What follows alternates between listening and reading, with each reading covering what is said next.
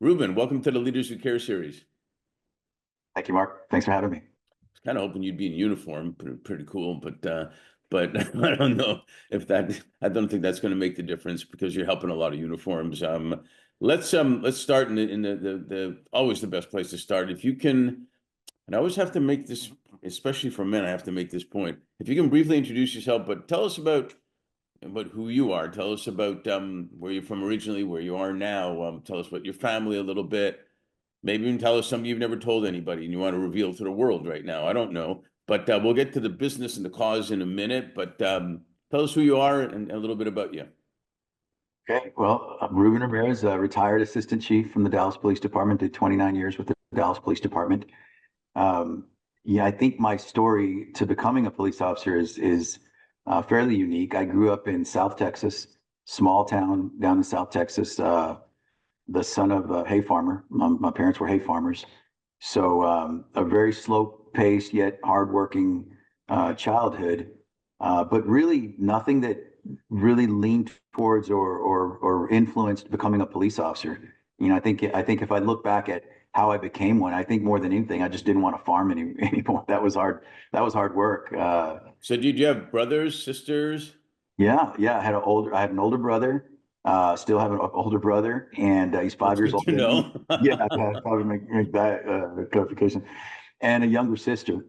Um, Coincidentally, all of us are in the public service type field. My brother is now a retired colonel from the Air Force, Um, and my little sister teaches English in junior high. So all of us went into the public service fields, I guess, probably as a result of not really liking the farming life in a small town. Uh, but then became a police officer really just one day in college, just looking at reading the newspaper, and I knew there was a job fair. Dallas PD was looking for. so we'll get back to that in a minute. Okay. Men are all the same. They keep going to that all the time. Yeah, you got to stop me. Um, your parents are from where? Well, so my parents are both from Floresville, Texas, which is down in, just south of San Antonio, heading towards Corpus Christi. And they're just, even if you went generations back, their families have been in Texas since Texas was not part of the United States, since it was owned by Mexico. So long, deep roots tied to South Texas. And what kind of farming did they do? What Hay was farming. Yeah, hay we farming and but also animals or just I mean hay farming. no, we've had animals in the past, cows, we've had some cattle, but for the most part, we grow the hay, cut the hay, turn it into bales of hay, round bales, square bales, and we sell it to farmers. We sell it to hay farmers, or we sell it to cattle farmers, to horse farmers, and sometimes even to different the motorcycle races would use hay bales to outline their tracks, things like that. So yeah, we had contracts all over the place, and Is then this we that got to work. is that where people started saying, "Hey, Reuben, what's up?" Yeah, just a lot of puns, a lot of hey, and then no, and it's kind of looking a different direction. Okay, Well, yeah, I find it fascinating because it's actually happening right now where people are paying to go to farms and live on the farm for a week or a day or 2 days or whatnot to get that grounded experience. yeah, 100%. I think there's I think it's ironic. I couldn't wait to leave the farm life and get to the big city to be a police officer, and now I can't wait to get back. I think there's therapy out there, and people are realizing it. So yeah, I don't doubt that for a minute. That's I've seen Airbnbs have airstreams and whatnot on their farmland, and people going and staying there just to get back to nature, whatever you want to call it. To get back to basics, I guess, is the goal there. But so you mentioned you as a kid. Fun. By the way, do you have any kids yourself? I have two boys. I have a 22-year-old and a 16-year-old, sophomore in high school now. Yep. Nice. Well, that's the legacy right there. Type of thing. So good for you. So compared to them, what were you like as a kid? Were you like playing police officer, fireman when you were a kid? Video games? What were you up to? No, I think I probably spent they were way better kids and teenagers than I was. I think I spent most of my time trying to stay out of trouble. I think more than anything, I played sports, so that kind of helped me once I got into high school. Played football, so had a pretty good group of friends and coaches that influenced. So I think that kind of kept me. But both my boys, same thing. They were athletes, just better kids. They listened a lot better than I did. They weren't in as much mischief as I think I got in. So you prevented them from doing the stuff that you thought you probably shouldn't have done or whatever. Yeah, yeah, they followed some my instruction there, unfortunately, and stayed on. They had really good groups of friends. I think if there's one thing I remember that I was most appreciative of, especially my older son, he had a really good core group of friends, and I think they did a really good job kind of policing themselves, each other, and keeping them on the straight and narrow. And then my younger son, he's just a determined little kiddo. He's really hardworking, academic. He's a student athlete. He's a wrestler. So I don't know if you're familiar with any student athletes in wrestling, but it's a tough sport. There's a lot that's involved in staying within the margins there, and he's really committed there and does a great job. So I'm proud of both of them. They do a lot of hugging, those wrestlers. Um, Yeah, I remember in school the wrestlers. That wasn't my thing, but the wrestlers were amazing. Hey, your journey, if you start with education, you did Bachelor's of Applied Science. You did a master's in humanities. What were you envisioning at the time? You know, I don't, at the time, I don't know. I've always been a kind of a general studies type guy. I've been a liberal arts type major. I never specialized in anything. I didn't really like just criminal justice, and I didn't really like poli sci. I wanted to know I wanted to get a broader, uh, I guess, just sense of the different disciplines Yeah. and see what grabbed me. I'll tell you, as I look back, even to both of my degrees, they were just really, huge blessings in my life, because what they wound up lending to was this curiosity that I had in every situation as a police officer and even as an executive.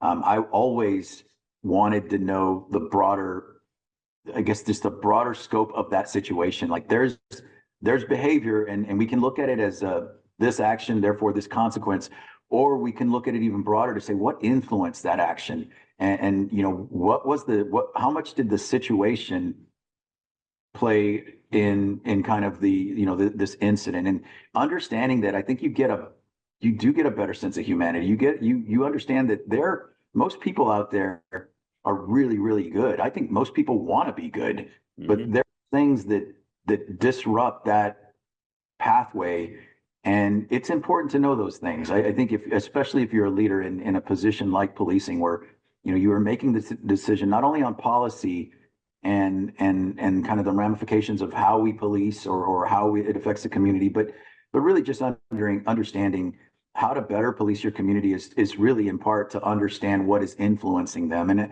I think my education gave me that broader curiosity, and it's been God sent. I've really appreciated Yeah, no, it's a good answer. Every position, but especially like that, the core is understanding people and caring about people, and because people will. I compare a lot of things to sports. Obviously, a player would do anything for the coach that believes in them, cares about them, trusts them to do whatnot. How did it evolve into you joining the police force, and describe a little bit how your career evolved from point one, if you will, all the way to the assistant chief of police in Dallas.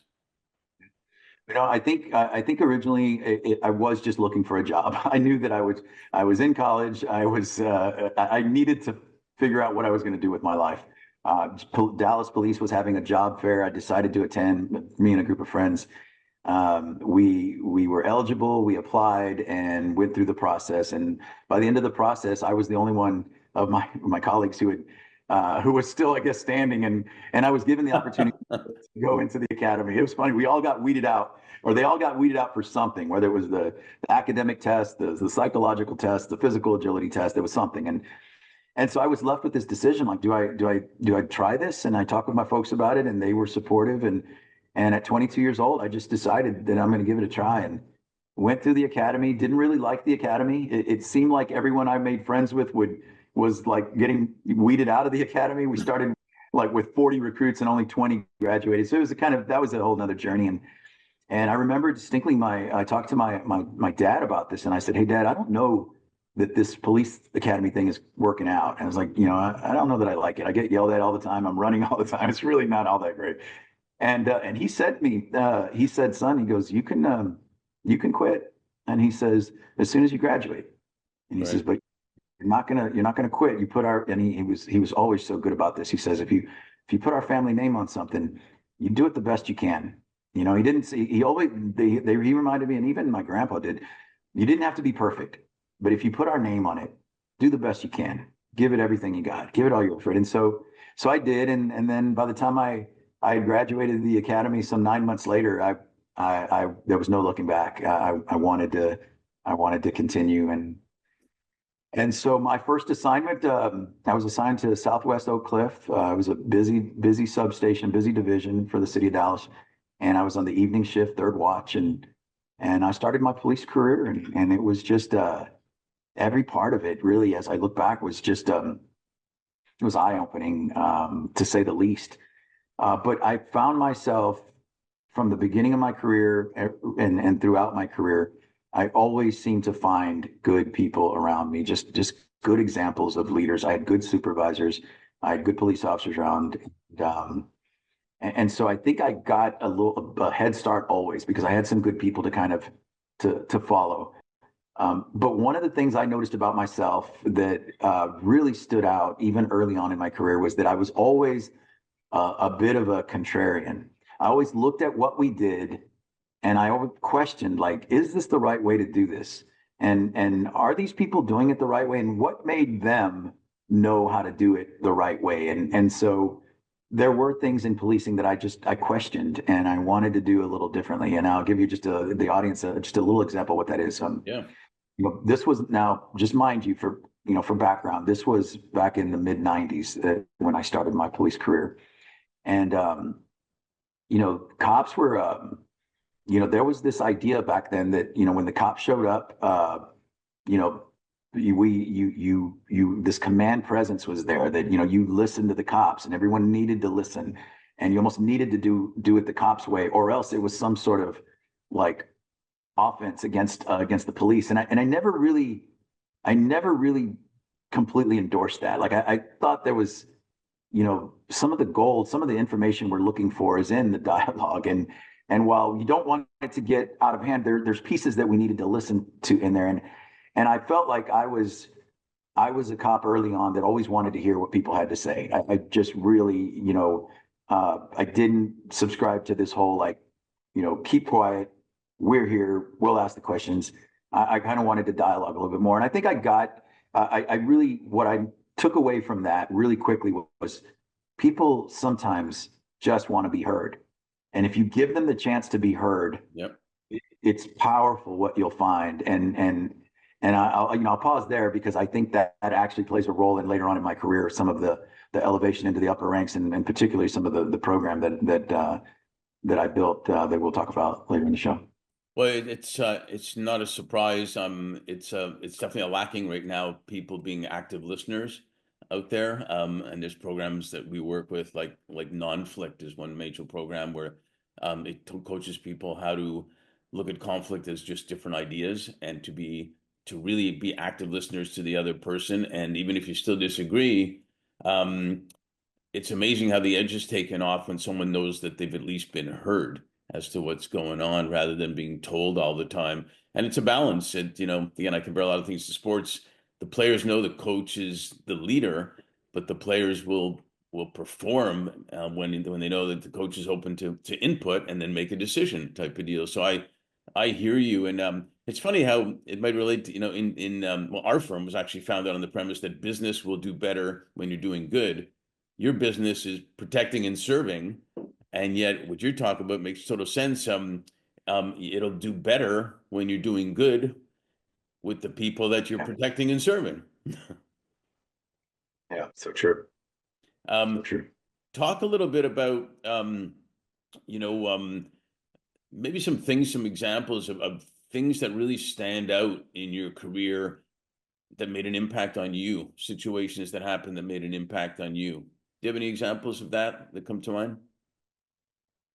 Well, for one, I think as I look back in my career, I really had a very successful police career, and I look at the assignments that I applied for, the promotions that I was given. I mean, I always seemed to get the assignments I wanted or the promotions I was aiming for, and I just I was very fortunate again from just having the right people around me, the right types of influences, but really just having this really neat combination of work ethic that I think I developed from my dad with just being a farmer and my mom being a farmer's wife and just kind of giving everything. I always say my mom is the most selfless woman I know. She does everything for other people.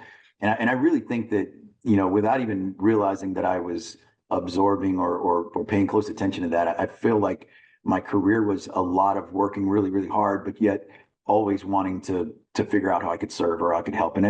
So it gave me a lot of specialized assignments. I was on things like violent crime task forces. I was always on some sort of violent crime initiative, some sort of initiative from the top of the organization that said, we've got to go do this. This is happening, whether it were drugs at the time or it were gangs later, or it was just violent crime in general. And I was always selected to be on those types of roles. Eventually, I was put on federal task forces, so where we were taking police resources and coupling them with some of our state and federal partners and doing the same thing on a broader level. And promotions within that time, a lot of really good assignments like criminal intelligence, major crimes. I was undercover for a lot of years, really, in my career as a really detective or young detective. And then that evolved into this role that was what we called the legislative affairs liaison. And what they did was they selected a police officer or two from the major cities to go represent major cities in as it related to proposed legislation and how legislation might impact what we did from an operational standpoint, from an engaging our community. And I was selected for that role too. And so this gave me a whole new, broader exposure to a part of why we were doing what we did in policing, how it originated, and then got a seat at the table to really weigh in on it. So again, I think just a lot, if I really, had to frame my police career, it was just a lot of opportunity. And I think a lot of it was because I didn't have strong opinions about just policing exclusively. I wanted to understand how we could do this job better and if there were a way to do it. And I think it just led all the way to being promoted into the command staff and then the executive ranks and all the way to assistant chief. Yeah, it's interesting. I've known some police officers have been friends of mine in Miami, for example, and you know, you decided to, well, you decided not to go for the chief role and whatnot. And I know you had probably a lot of interaction in the private sector as a police officer also. And I've talked to a lot of friends where they've been put in rough situations, bad people situations, and whatnot, and time and time and time again. Talk to me about um, how that can clearly, if we're put in situations like that, that could affect your mindset, it can affect your opinion, it can affect how you act, how you believe people are, it could wear you down. How that all came into play where you didn't go for the chief of police, you went into the private sector, you started understanding about trauma and what impact it has on you and police officers, and then we'll get into actually what you're doing about it. But talk about how that evolved. Yeah, I think once I was an executive in particular, I was always at the internal affairs hearings where our officers who had been under investigation for some sort of misconduct were now in a hearing setting, and we were listening to what they had done, what the internal affairs division had found, and making a decision on whether or not they could continue to be a police officer. And I think just kind of repeatedly listening to these officers who, in only a few short years after the start of their career, found themselves in these compromising positions, sometimes with alcohol, sometimes with anger, sometimes just dysfunction in their relationship. And I couldn't help but wonder, because I had just been, I had 25, years earlier at the time, I had been in a similar seat where I was a new aspiring police officer. I wanted to do good. And so I wondered how we got there. And I couldn't help but think we're missing something. But the commonalities that I heard in from these officers who were in this precarious position of really on the verge of losing their job were things that related to trauma. They would cite situations that they had been to, calls that they had been to, as something that had led to some of the difficulty coping, I guess. And I couldn't help but think we were missing something. There is an incredibly high consumption of secondary trauma. And to your point, even in my career, I had seen very difficult things. I had seen humanity do some of the worst, Right. unthinkable things. And I had seen some of those threats, directed at me and my colleagues. And I had experienced probably the piece that I talk about more than I think a lot of my colleagues do is I had experienced fear. And this is something we don't talk about in the police circle. Like, we're not supposed to have fear. But what I knew was that some of these situations were scary. They just scared me. And I don't know why they scared me. They just did. I didn't feel good. And so I think when I know that fear is a very powerful emotion as well, it'll as men in particular, and I'll speak for men only because I guess because I can, but as a man, we don't like to be afraid. And when you're wearing a uniform and you're looking introspective and you recognize that the emotion I'm feeling right now is fear, but yet the culture doesn't really make room for that. That's a difficult environment. My choices are very limited. I can get negative and kind of mask it. I can get I guess I could get numb to it if I chose to. I could do these things, but I think there was a gravitation to I need to hide this emotion. Right. And I really didn't want to hide that emotion. I wanted to, because I know that you take away the power from it when you don't hide it. And so I wanted to kind of be real about it. And so anyway, point being is that I knew that there was something we were missing in the law enforcement profession. We were missing something because we shouldn't be taking such a hard pivot in our career so early on. And I think that I never let go of that, and I held that. And then for myself, when I did my own introspective look, I knew that this high consumption of emotional, secondary trauma was starting to make me see things a little different, and I fought it. I was always trying to fight it. Full disclosure, I'm a faith guy. I believe in faith. That's where that's where I'm not as good at it as I should be, but I know the power of it, and so I try to direct as much as I could into that kind of space and faith, and use that to kind of help navigate my way. Well, I find it interesting always the balance of police officer where it could be life or death, or a sports coach to win the championship, or whatever it may be. It's all relative and it's all felt by people in different in different ways, where people are sometimes looking for that strong leader that's not afraid. But on the other hand, vulnerability is something a leader has also in sharing with other people. So you get in relationship with them rather than not a controversial, but a combative relationship also. And that's going to suck the energy out of a person too, in a way where you've got to be strong in some of those scenarios. They talk about the Industrial Revolution. The fourth Industrial Revolution is really about technology and now AI, especially, et cetera. But the fifth Industrial Revolution is about humanity. And it's kind of what we're talking about. And it kind of goes back to what you talked about of why you did the education you did, to know what's going on behind the behavior and whatnot. So describe now, what you're doing about this, what you're doing at Versiterm to enhance responder health and wellness solutions. And then the whole thing about the exciting checkpoints that you shared with me. Talk about what you're doing about it now and what's happening. Well, so the backstory. So I built that program called Checkpoints with DPD, and I once that was up and running, and I saw what it was doing, and we'll circle back around to that to talk more in depth. But I became I was a person who was interested in the market of wellness. I wanted to know what was out there externally in the world to help supplement or a tool to help supplement what our efforts were in the PD to help with the emotional health part of policing. And I came across the program. It's called Mindbase. It's a subproduct of the company I now work for, Versatern, and they had a piece of technology that was interfacing into CAD, our computer-aided dispatch center, and it was pulling out all of the loss of life calls that officers were going to. It was capturing them and putting them up on display for whomever within a police organization to be able to see cumulatively what our men and women were consuming. And I thought, wow, this is fascinating, right? Like, this is what has been missing.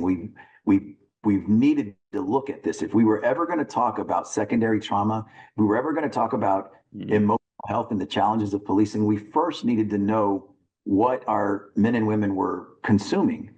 And I thought, here I am, a 29-year police veteran, and I can't tell you how many loss of life calls I've been to. I can't tell you how many suicides I've been to, how many fatality car crashes, or how many homicides. I can't tell you how many times I've done CPR on someone, put a tourniquet on someone, or put a chest seal on someone. And that is something that I believe was so profound, because there's not a police officer listening to this who can answer that question definitively. No one knows how many suicides they've been to, how many homicides they've responded to, how many fatality car crashes. And if you don't know that, that's a problem. And secondly, it should be a rally call for every organization out there to say, hey, wait a minute, if we're really going to get serious about emotional health and wellness, we first have to know what the real experience of being a police officer, first responder is. And part of the way that you know that is by knowing what they have consumed. We're all products of our own experiences, right? Like, we are. And when you take that number, any one of those components, and you really look at it, let's just take the fatality car crash. Every single person on the freeway or at an intersection who witnessed that fatality car crash, whether they drove by afterwards or during it, what they saw, what they witnessed, impacted their life, probably changed their life if they witnessed it. Right. But that was a life-changing event to that witness or to that person who was involved. But yet to the police officer, it happens repeatedly, and there is no concessions made for that life-changing experience. You just go on to the next call. And at some point, it's kind of like sandpaper just wearing you down. Yeah. And at some point, it does take its toll. And so I joined this company, Versatern, to really take the checkpoint program that I built in Dallas, which I think is revolutionary. I think it will change the world of law enforcement.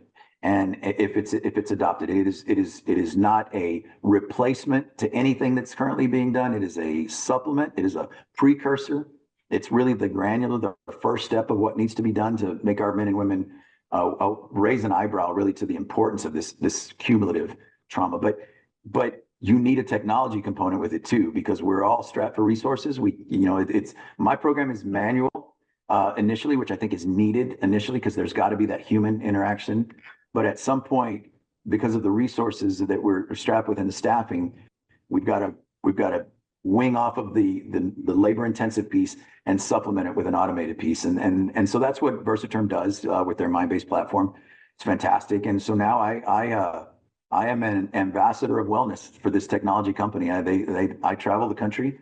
I talk about the checkpoint strategy, and then I talk about the Mindbase platform and how those two complement each other, and how if built correctly, if adopted and built correctly, we stand to change everything about the first responder profession and law enforcement in particular. And not to maybe state the obvious, improve the performance, the results of the police officer, probably improve attracting police officers attracting individuals to be police officers because of that caring. Yeah, I think that's such a great point. Like, if you listen to any law enforcement podcasts right now, or really just any reports or coverage on policing, you will hear 3 or 4 main themes constantly. One of them is the difficulty recruiting right now. And it is difficult. There's a smaller pool of applicants who want to go in the police profession. The second thing we will hear about pretty often is attrition, our difficulty in retaining our resources. Police officers are leaving the profession at an unprecedented rate. The two other things that you hear are things that we've been hearing for about really about the last 10 years. It's our ability to fight crime. How are we going to reduce crime? How are we going to reduce violence in our communities? And then the last thing, it was extremely popular over the last 10 years, has been how do we better engage our community? How do we build relationships and inroads in our communities? All four of those are all incredibly tied to the emotional health of our men and women. You will not engage your community with the respect and the dignity and all of the other things that we demand as police leaders of our officers and that our community demands. You won't do it if your mind isn't right. You won't do it if your emotional health is compromised. You will never be able to fight crime at the level that we expect our police officers to if their minds aren't healthy. They just won't. They won't be able to execute they won't be able to be as safe. They won't be able to be as meticulous as we demand of them. From the mechanics, the operation, the strategy, you've got to have healthy emotional state. You have to have a healthy mind. And then, it just goes without saying, if you're not healthy, you're not gonna meet your recruiting goals. If you're not gonna meet your retention goals. And we really, quite frankly, we don't want to recruit into an unhealthy environment, and we don't want to retain our resources if they're not healthy. So it makes more sense from a fiscal standpoint as well, from a return on investment.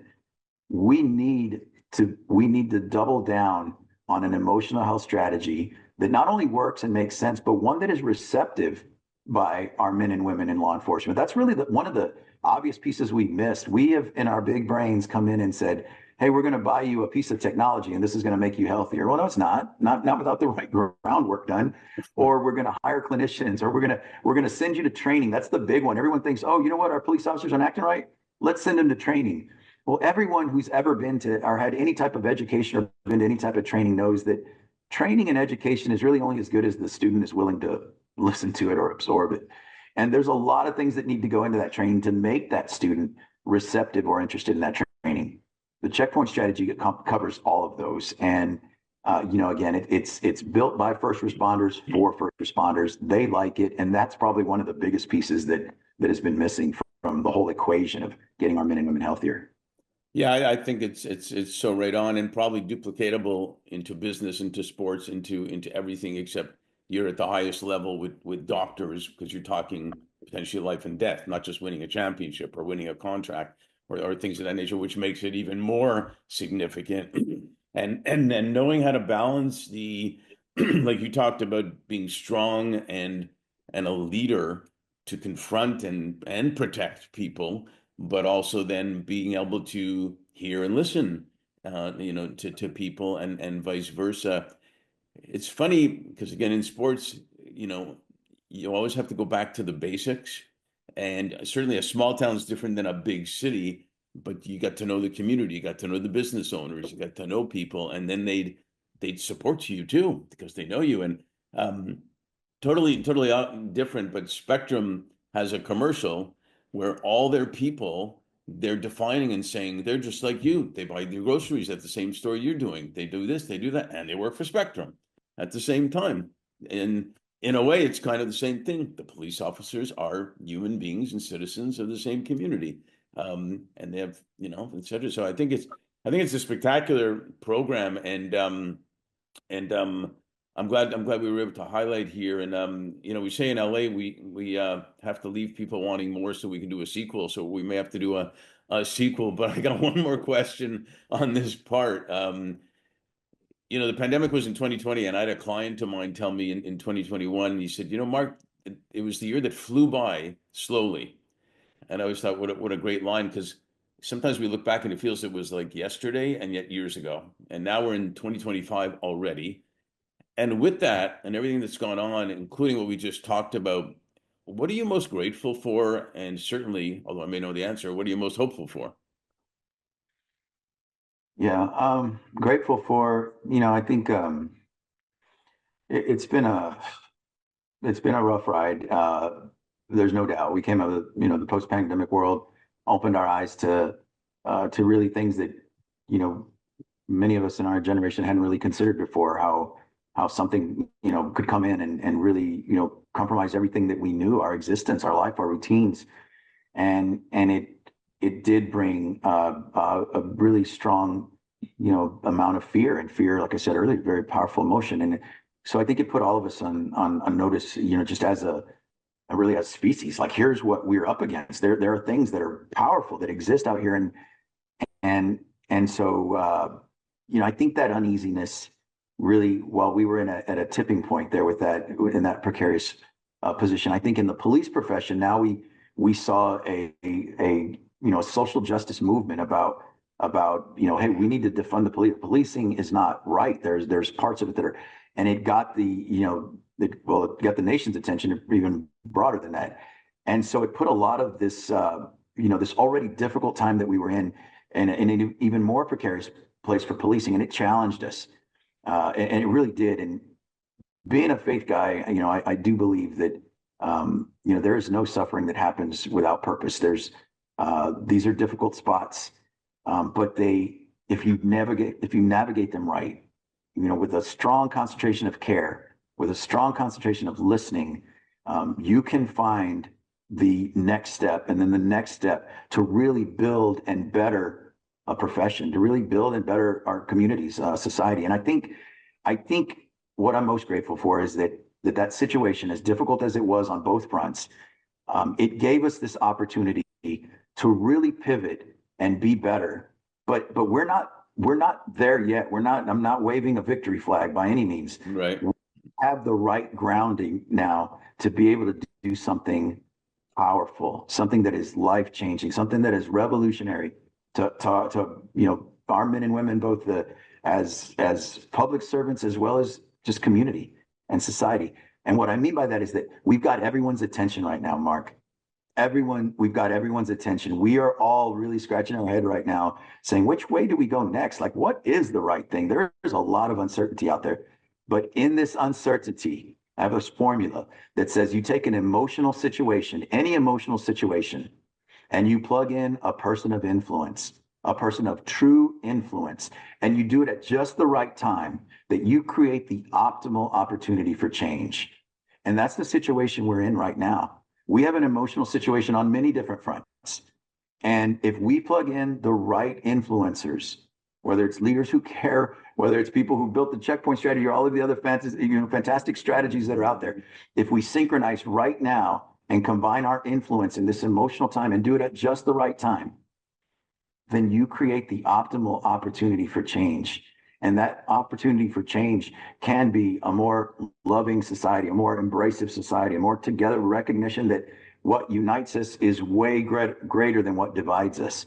And we have the ability right now to do something huge. I think the program, the checkpoint program, which I think we're going to wind up talking about more in depth on a different show, it's done it for law enforcement. It is the law enforcement agencies who use it say this has revolutionized our culture. It has changed culture.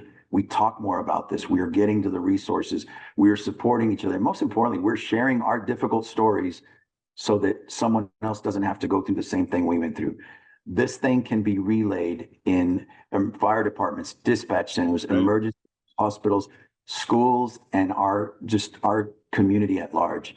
This is infusing good into our societies. It is just infusing empathy, compassion, and support with that same checkpoints formula in any emotional situation. A person who genuinely cares, empathetic, compassionate, with a direction and guidance, not to the bars or alcohol, not to negative, not to suppressing it, not to, you know, something that's impossible to do, like, you know, pretend it didn't happen, or like in policing, we say, oh, just leave it in your locker. Don't take it home. Impossible. Can't do that.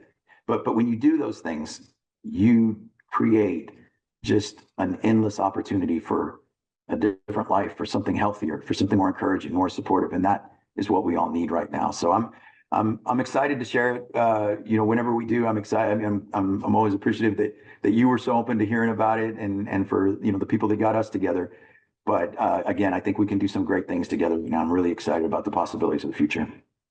Yeah, and I'm really grateful that well, I have a new friend. That's always grateful for that, and that you are a leader who really does care. And I think it's we everybody wants to belong. It's the thing that fills people's hearts and souls more than anything, and we're actually all on the same team, which is kind of interesting. So mental health has finally come to the forefront, that it is something you've got to talk about and listen about, and which is what you're doing, to get better. It's no more just get out there and shake it off type of stuff that they used to tell guys, especially. So congratulations on something spectacular that I think can be duplicatable, and I think people would support 1,000,000% because they know what the purpose is. So thanks so much for sharing, and we'll have to have a sequel. Look forward to it. Let's do it.